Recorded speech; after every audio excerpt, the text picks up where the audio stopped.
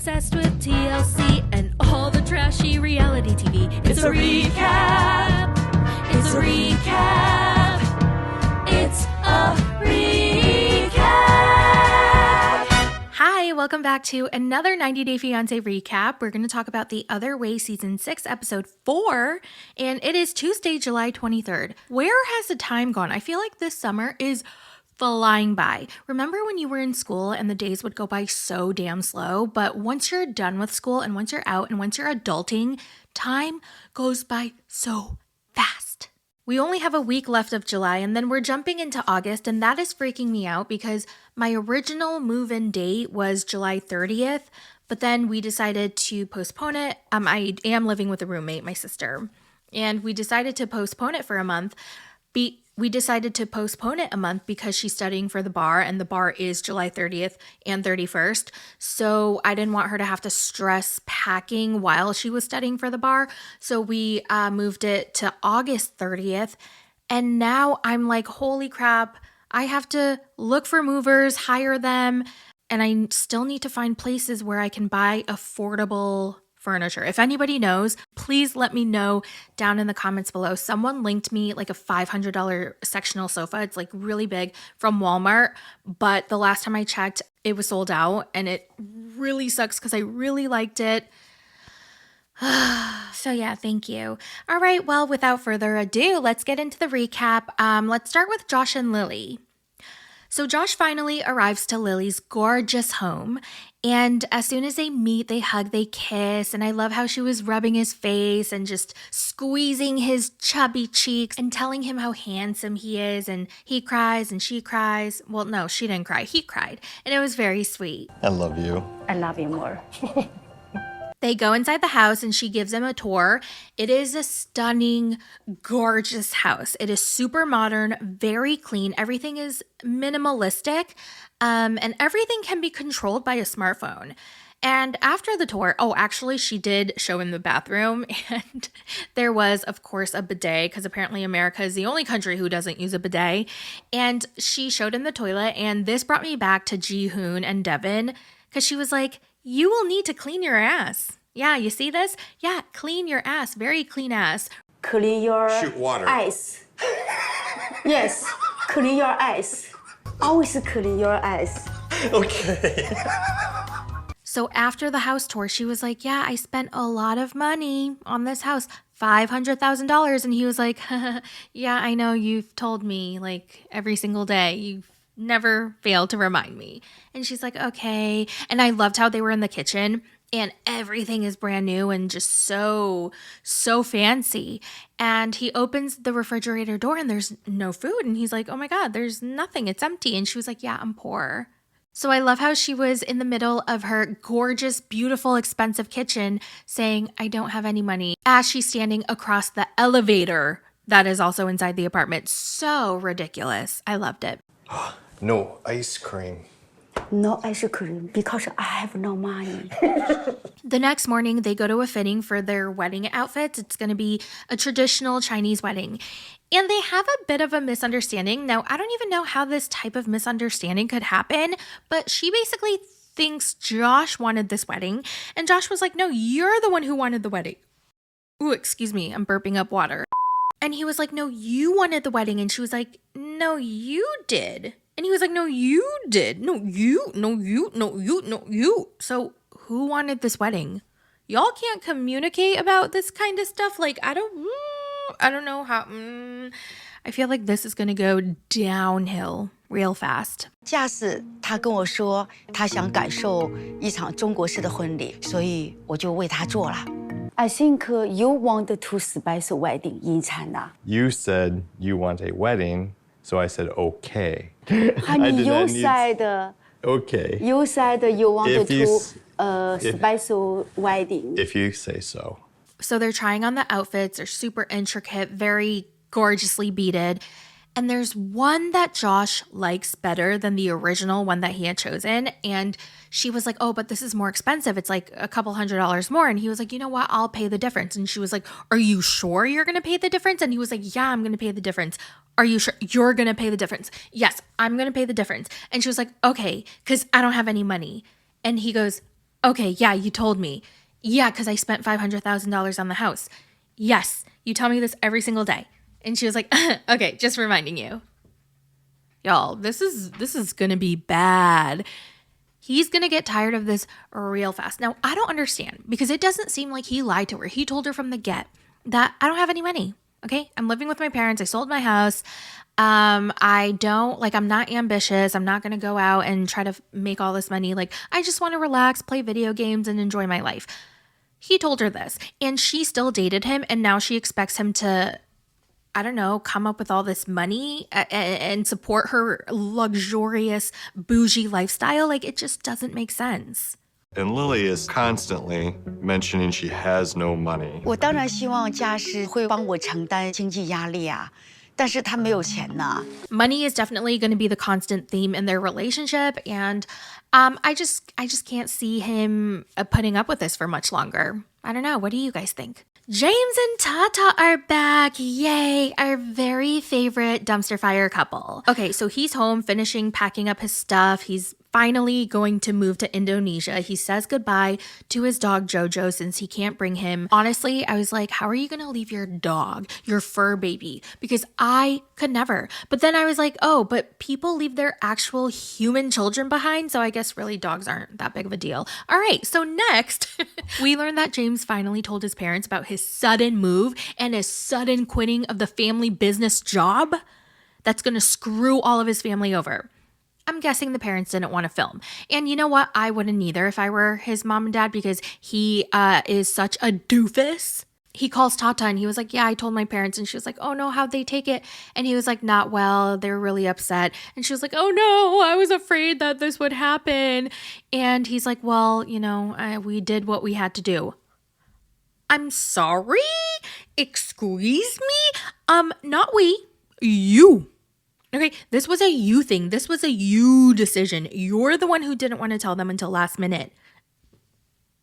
He's like, yeah, my parents are really, really upset. I did this again and fucked up their whole entire business again and left them hanging again and gave them last minute notice again. Again. I ended up telling my parents that I am leaving for Indonesia. My family, right now, not my biggest fan. God, he's just such a loser. What kind of shitty person does this twice? Like, he knows how traumatizing it was and how hard it was for his entire family the first time, and then you're gonna do it again? What the fuck is wrong with you? His friend Josh comes over to drop him off at the bus station. I guess he couldn't get anyone in his family to drop him off because they are all mad at him. He's really nervous about how he's going to live with not only Tata's parents, but apparently there are 7 other people living in that house, not including James and Tata. Ooh, that's going to be a full house. I don't know how they're going to deal, but... I mean, I've been second guessing it every day. I've had days when I just didn't want to I wanted to just quit. I wanted to just stop everything and say, let's just stay here. Now we see Tata in Indonesia, and you guys, she has glowed up. Her face is glowing. She's so happy. You know how she was super depressed and dreary and like there was a perpetual cloud following her everywhere she went in Maine. But in Indonesia, she is happy. She's laughing. She's smiling. Damn. And guess what we find out? Tata also hasn't told her family that they're moving in. They just think she and James are visiting for a month. What the fuck is wrong with the both of them? They're perfect for each other. They match each other's freaks. I don't want to tell them that we are moved when James not here. So she's like, oh, I don't know how to tell mom and dad. I'm so scared. So she pulls her big sister and tells her first to kind of like test the waters. So she sits her big sister down and she's like, guess what? Don't tell mom and dad, but like, we're going to live here. And the sister's like, what? Why? And she's like, I'm sick. Wait. So you're telling me that you and James are leaving America, the land of the free, where there's way more job opportunities over there. James is leaving his very good paying job to move here where he won't be able to find any work. And if he does, it pays very, very little. So you're leaving that and then coming here? And she's like, harus pindah ke sini gitu. Terus sana ditinggalin, bukannya James di sana pun punya kerjaan itu. Kalau cari kerja di sini kayaknya lebih susah. Terus pendapatan ekonomi sini kan kecil. Beda sama di Amerika. Mereka. And her big sister tells her, well, whatever you do not live with mom and dad. You don't need to burden them. And plus, like, James and our parents are gonna clash. And you need to get your own place. And Tata's like, yeah, that's true. But we don't have any money, so we're gonna live with our parents. By the way, she did mention that she saw a doctor in Indonesia and he prescribed some herbal medicine and the swelling in her throat went down and she just feels like a new person. She feels so much better. Like, wow. Oh my goodness, this is going to be a dumpster fire too. James and Tata are exactly the same. I thought Tata was going to be a little bit better, but no, they're both losers who don't want to, like, they're not acting like adults. They're acting like children.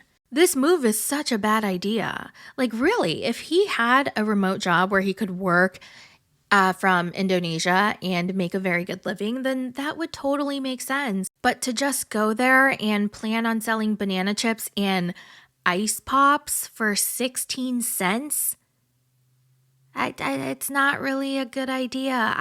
They had no plan. I hope that they will just get along really well. And then James can stick it up.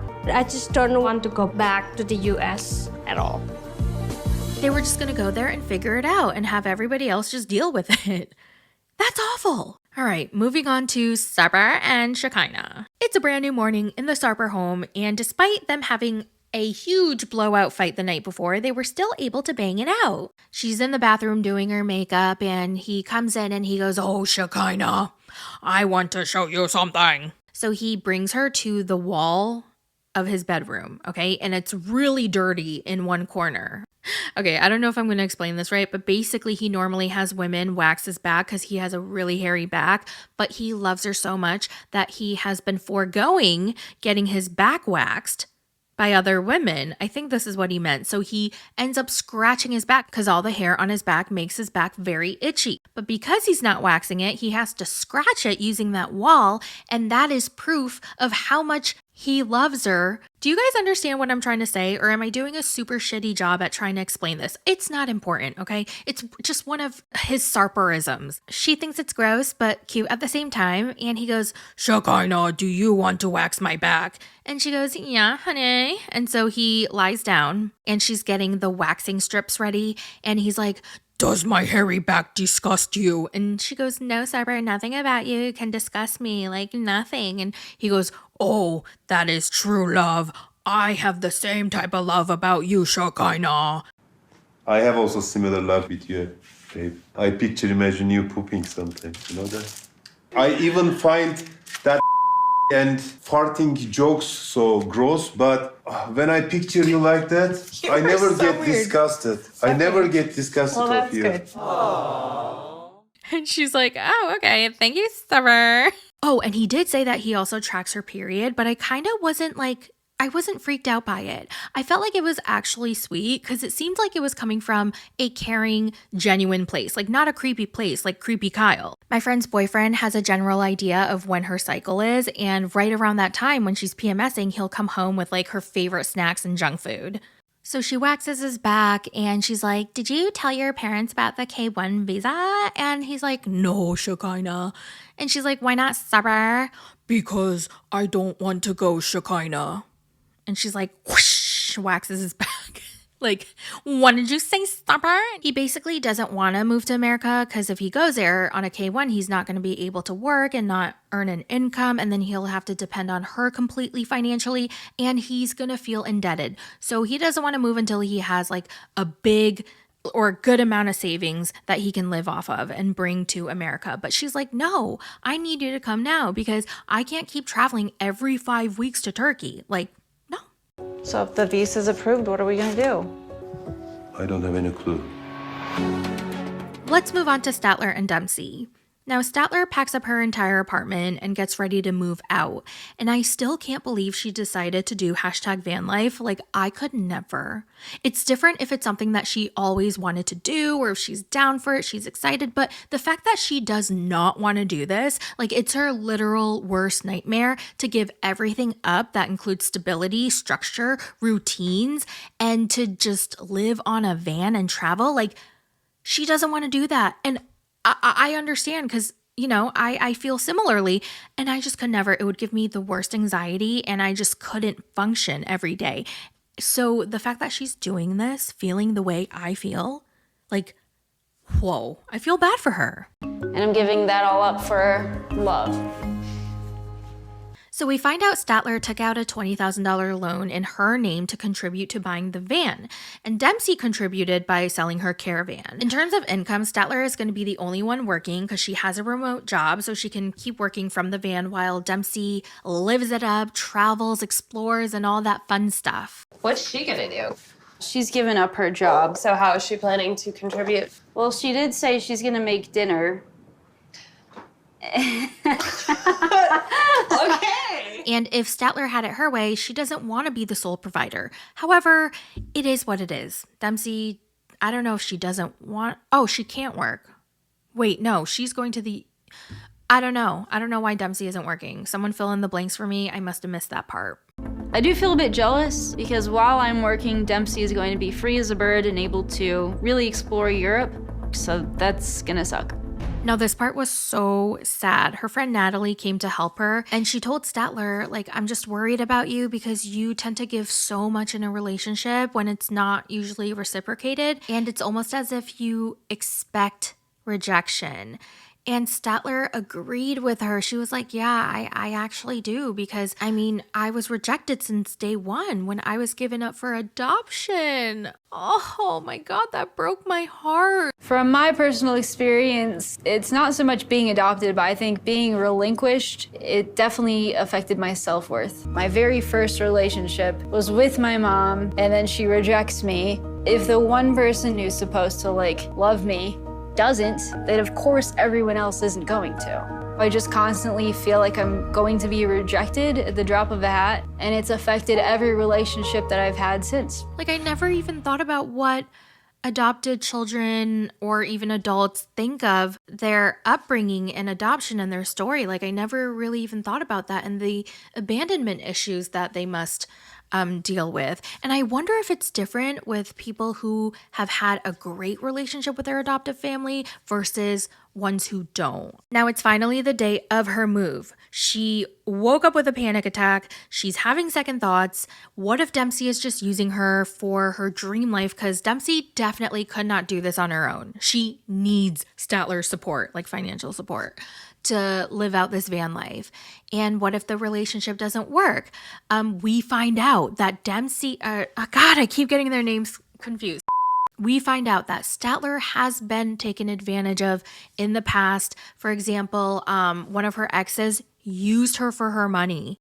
I was renting an apartment with this girl. She told me that the cost was X amount of dollars, and it turns out I was basically paying almost the entire rent. She got to save money to buy a house, and I was broke by the end of it. Natalie drops her off at the airport, and she seems like a really good friend. She absolutely, definitely cares about Statler and wants the very best for her because she was very skeptical, and she voiced her opinion and her criticisms about this new life that she was going to live with Dempsey. But when she was sending Statler off, she remained positive and she was like, I'm so sorry for being so negative yesterday, but you know, I think this is going to be great for you. Like, you're going to have a blast and this is going to be an experience of a lifetime.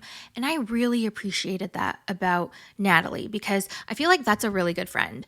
A really good friend doesn't give advice and gets mad when you don't take it. And then when things blow up and they come back wounded, then you will also support that friend. And I feel like that is what a good friend is. And I feel like I was very negative and suspicious yesterday. And I feel like now I need to tell you that it could go amazing. You deserve good, wonderful things. And you deserve good, wonderful people. You're gonna have the adventure of a lifetime. Well, that's it for the recap. Let me know all your thoughts in the comments. I will be working on Gypsy Rose's recap. Last night's episode was insane. It was so dramatic. Oh my God, I need another season. That was a season finale. So sad. I don't know how I've become so addicted to Gypsy Rose Blanchard, but we need another season. So I'm going to be working on that recap. So I will talk to you in that video. We're Bye. obsessed with TLC, all the trashy reality. 90 Day Fiancé is the best. Can't get enough, need no rest. It's a recap, it's a recap. Tune in now, don't take a nap. It's a recap, it's a recap. All the drama, all the claptrap. Couples fighting love.